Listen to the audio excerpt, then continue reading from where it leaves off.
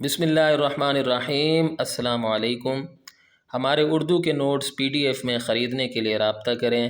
What's app اور mobile number 0321 2280 942۔ انشاءاللہ آج کی ویڈیو میں آپ کے سامنے 9ویں جماعت کی اردو کی نئی کتاب جو کہ Punjab curriculum and text book board نے حال ہی میں شائع کی ہے اور انشاءاللہ 2025 سے پنجاب کے اسکولوں میں پڑھائی جائے گی، اس کے تیسرے سبق یعنی اخلاق حسنہ کے نثر پاروں یا عبارات کی تشریحات پیش کروں گا۔ انشاءاللہ یہ تشریحات نہایت آسان ہوں گی اور اس کے ساتھ ساتھ سبق کا عنوان، مصنف کا نام اور خط کشیدہ الفاظ کے معنی بھی پیش کیے جائیں گے۔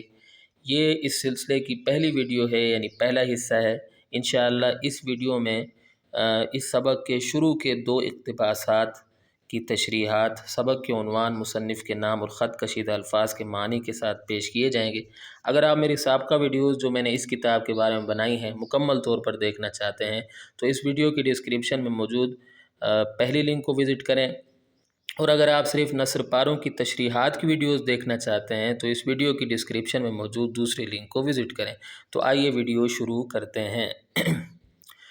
سب سے پہلے تو یہ جان لیجئے کہ سوال کس طرح آتا ہے۔ میں نے سابقہ پیپرز دیکھے ہیں بورڈ کے، تو سوال کچھ اس طرح تھا کہ درج ذیل نثر پاروں کی تشریح کیجئے۔ نثر پاروں کی جگہ کبھی کبھی پیراگراف بھی لکھا ہوا آ جاتا ہے۔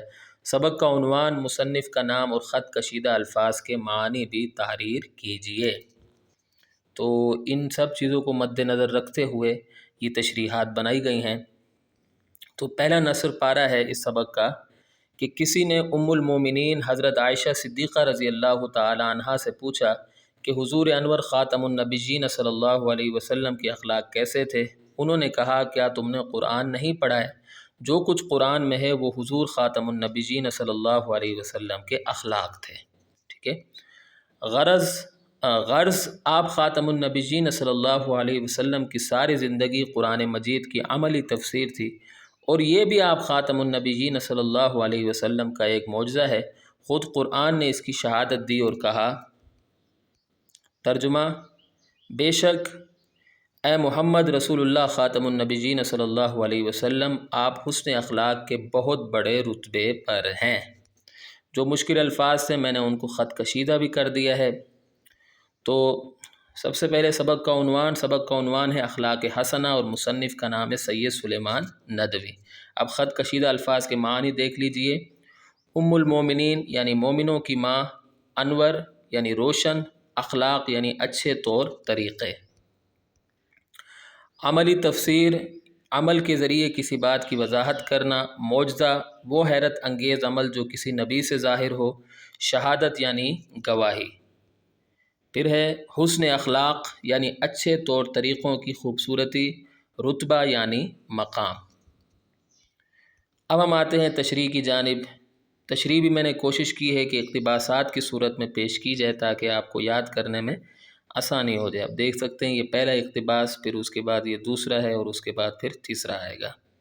تشریح: اس نثر پارے میں مصنف کہتے ہیں کہ کسی نے رسول اکرم خاتم النبیین صلی اللہ علیہ وسلم کی زوجہ مطہرہ سیدہ عائشہ صدیقہ رضی اللہ تعالی عنہا سے آپ خاتم النبیین صلی اللہ علیہ وسلم کے طور طریقوں کے بارے میں سوال کیا۔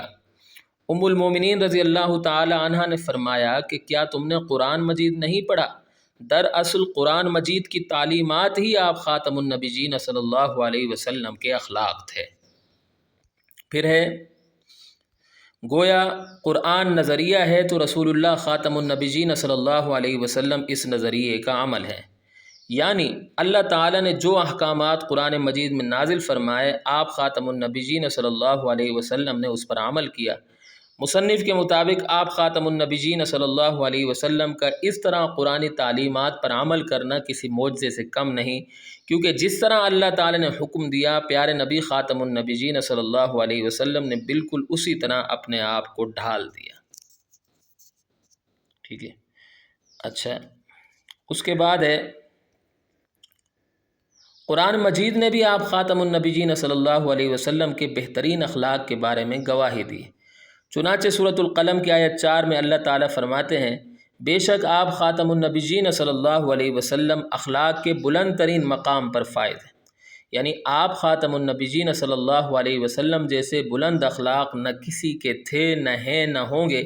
ہر خوبی آپ صلی اللہ علیہ وسلم کی ذات اقدس میں مکمل طور پر موجود تھی۔ آپ خاتم النبیین صلی اللہ علیہ وسلم جیسا کوئی نہیں ہے۔ ٹھیک ہے، یہاں آ کر پہلے اقتباس کی تشریح ختم ہو جاتی ہے، پہلے نصر پارے کی دوسرا نصر پارہ شروع ہوتا ہے۔ تو دوسرا نصر پارہ ہے: حضور خاتم النبیین صلی اللہ علیہ وسلم نہایت خاکسار، ملنسار، مہربان اور رحم دل تھے، چھوٹے بڑے سب سے محبت کرتے، نہایت سخی، فیاض اور داد و دہش والے تھے، امکان بھر سب کی درخواست پوری کرتے، تمام عمر کسی سوال پر نہیں کہا، خود بھوکے رہتے اور دوسروں کو کھلاتے۔ ایک مرتبہ ایک صحابی کی شادی ہوئی، ان کے پاس ولیمے کا کچھ سامان نہ تھا۔ حضور خاتم النبیین صلی اللہ علیہ وسلم نے ان سے فرمایا کہ عائشہ رضی اللہ تعالی عنہا کے پاس جاؤ اور آٹے کی ٹوکری مانگ لاؤ، حالانکہ اس آٹے کے سوا شام کے لیے گھر میں کچھ بھی نہ تھا۔ تو یہ دوسرا اقتباس ہے، دوسرا نصر پارہ ہے۔ اس سبق کا عنوان اخلاق حسنہ اور مصنف کا نام سید سلیمان ندوی۔ اب ہم آتے ہیں خط کشیدہ الفاظ کے معانی کی جانب۔ تو خاکسار یعنی عاجز، ملنسار یعنی میل جول رکھنے والا، مہربان یعنی ہمدردی سے پیش آنے والا۔ اچھا، اس کے بعد ہے رحم دل یعنی دوسروں کی تکلیف محسوس کرنے والا، سخی یعنی دل کھول کر خرچ کرنے والا، فیاض یعنی بہت زیادہ سخی یا دریا دل، داد و دہش یعنی سخاوت۔ اچھا جی، اس کے بعد ہے امکان بھر یعنی جہاں تک ممکن ہو، درخواست یعنی گزارش یا التجا، ولیمہ دولہے کی طرف سے شادی کے دوسرے دن کھانے کی دعوت کو ولیمہ کہا جاتا ہے۔ تشریح: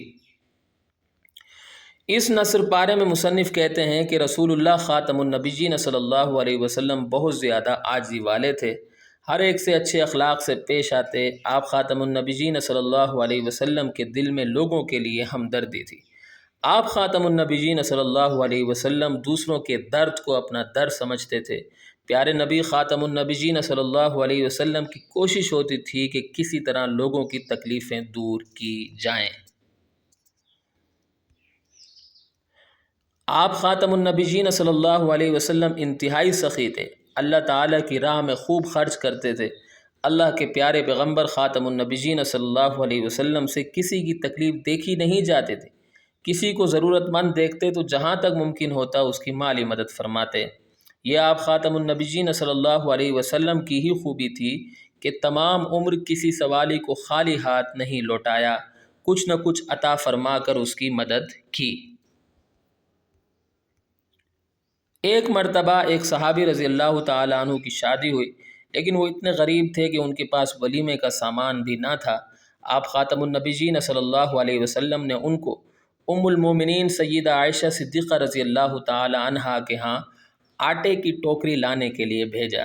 اس طرح آٹے کی ٹوکری کے ذریعے اس صحابی کی مدد فرمائی، حالانکہ اس آٹے کی ٹوکری کے علاوہ شام کے کھانے کے لیے گھر میں کچھ بھی نہیں تھا۔ اس واقعے سے معلوم ہوتا ہے کہ آپ خاتم النبیین صلی اللہ علیہ وسلم نہ صرف انتہائی سخی تھے بلکہ پیارے رسول خاتم النبیین صلی اللہ علیہ وآلہ واصحابہ وسلم کو اللہ تعالیٰ کی ذات پر بہت زیادہ بھروسہ تھا۔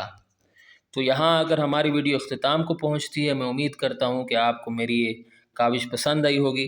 اگلی ویڈیو تک کے لیے مجھے اجازت دیں۔